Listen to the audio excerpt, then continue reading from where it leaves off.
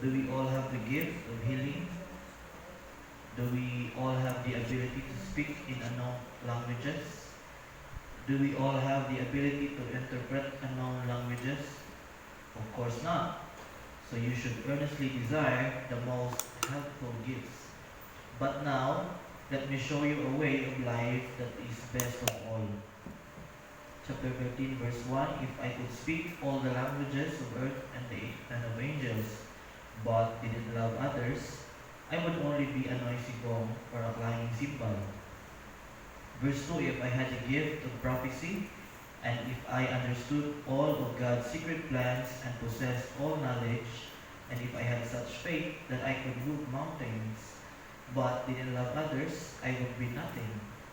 3, if I gave everything I have to the poor, and even sacrificed my body, I could boast about it. But if I didn't love others, I would have gained nothing. Father God, salamat karon nga kahaponon. Na ikaw nga magkauban Ginoo sa among activity karon bisan tungod sa among devotional na hatag ka og kaalam sa matag usa Ginoo. That we will be encouraged sa imong pulong karon. In Jesus' name we pray. Amen. Okay, so sa atong gibasa giina, gisultan ni Paul ang 1 Corinthians, isun niyang taga-Corinthians, tungkol sa mga misunderstandings about spiritual gifts sa mga believers sa Corinth. Na yung mga kasagaran nga mga Christians ato na time, nagtuo sila nga if maka-speak in tongues ka o di ba mga gift man nila, speak in tongues o maka-prophesy ka, ingon ang mga Christians ato na time ang uban niya. You are more spiritual than others. Mas balaan ka kaysa sa uban. Kung wala ka na gift, kung ang imong gift kay siguro gift of serving or gift of encouraging, ubos lang ka, lesser ka, dili ka spiritual or less spiritual lang daw ka ng tao. So muna ang problema ato nga church niya, gisultan sila ni Paul about ani. So gisultan niya nga chapter by describing how useless, in fact destructive, ang kanilang gift if not applied from the standpoint of love. No, ang point ni Paul nga mahimo siya nga useless, even destructive, ang kanang mga gift if dili siya magamit nga dili gipasukaran sa love. Even the most spiritual activities or spiritual nga mga act sa tao, if dili siya kanang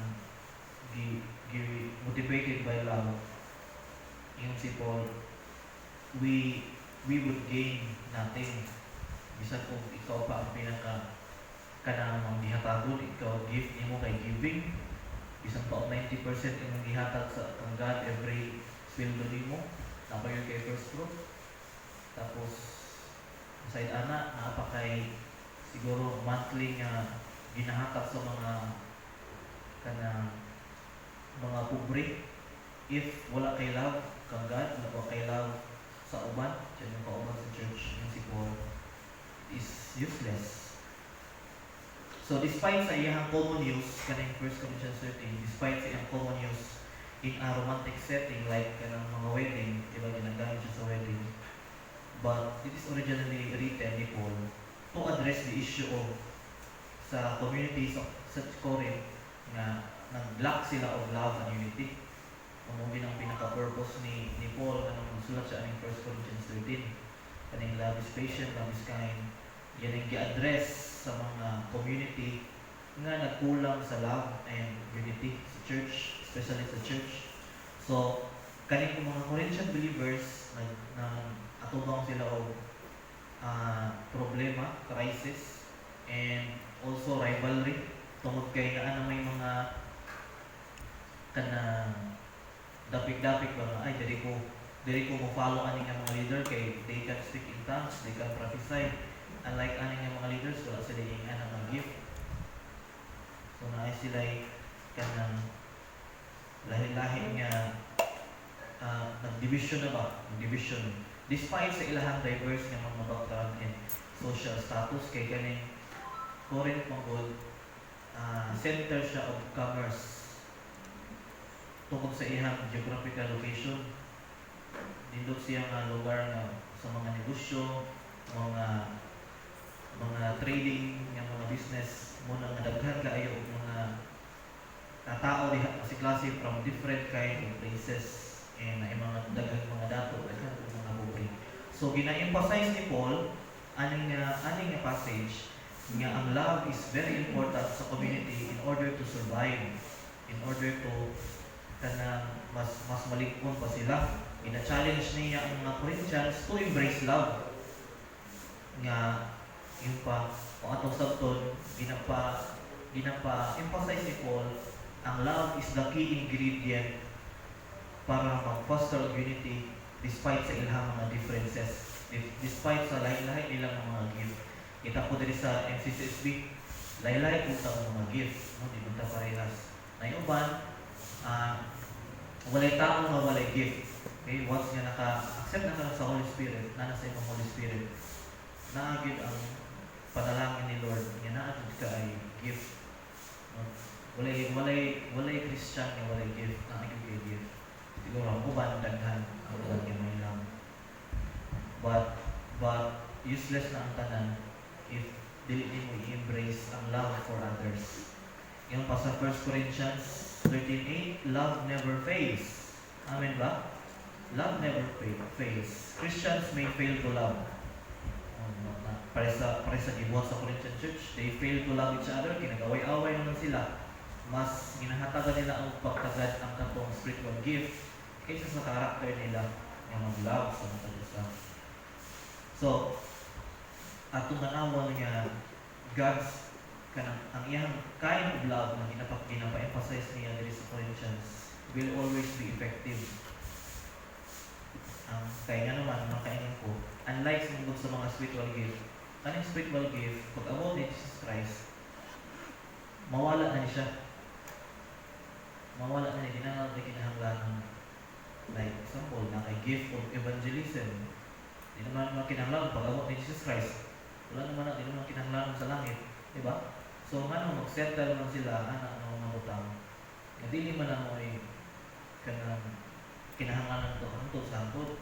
Ang atong character, mga fruit of the Spirit, atong kailangan niya i-nurture. Ito mo nang pasabot ni Paul. I pray nga will be reminded po sa ito ang mga i-commit ng mga trabaho or ministry dito sa church. Let us always be reminded nga i-commit na that because we have the ability nga mo trabaho mo lihok tungkol sa itong mga spiritual gift, but of course, importante mo yun, pero pinakalabos ka na nga akong i-embrace ang love community in order for our ministry to survive and mas managhan pa, mas mulikon. So, dalagang kayong Ginoo, ang Ginoo mo ay panalangin sila ang pulong. Once again, mag-pray ta, magpasalamat ta. Father God, we thank you, Lord, once again for your goodness and your faithfulness, Lord. We thank you for your gift, mga spiritual gift nga imong ihatag sa amuha, Lord. And we pray nga ang gining gamiton for your glory and labos tanan dili ni mahimong kanang hinungdan nga magbahin-bahin ni Ginoo ang mga rivalry, but amo ni magamit ang mga spiritual gift to edify one another. And labos tanan Ginoo, we pray nga amo jud ni gamiton ang spiritual gift motivated by our love for you and our love for others.